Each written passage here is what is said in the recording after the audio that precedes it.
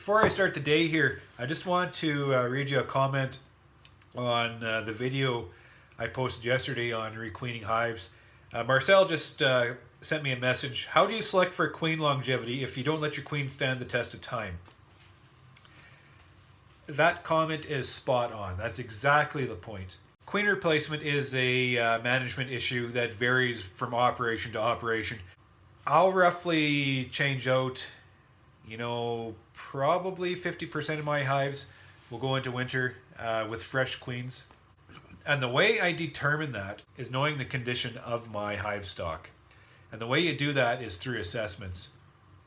These assessments are direct measurements of that queen in that colony. There's other factors that we're controlling, like nutrition and disease. That should be all done anyways. So those conditions should all be controlled. So now the other variable is weather, and the other variable is queen quality. So out of winter and spring into summer, I'm continually assessing these hives on their performance and how the colony progresses through the season. This measurement will give me reference points from the start all the way through, and that just helps me track actual performance of that colony and queen. So if I have a colony coming out of winter, regardless of the size, it's referred to the next reference point and to the next reference point. So I can see the progression of the colony from winter right into summer. And what I want to see is continual development of that colony. And if I see that, then that colony is left alone, that queen is good.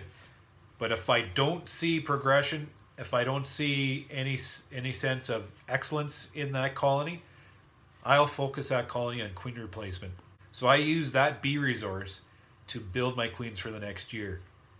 So if you see what I'm doing here, I'm maintaining the excellence of my stock. I'm not touching those guys. I'm keeping those guys, putting them into production, and I'm taking everything on the bottom 25%. I'm using all those resources to build queens for the next year.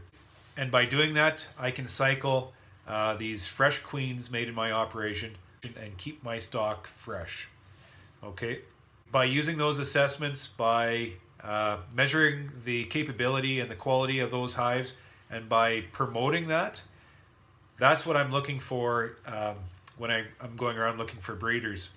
And that's why we use these hive tags, just to help me identify these hives and help me pick out the brilliance, because that's what I want to be incorporating back into my operation on a continual basis. And that's a really good question, and I just wanted to provide a little bit of feedback on that because it's a very important part of my overall strategy.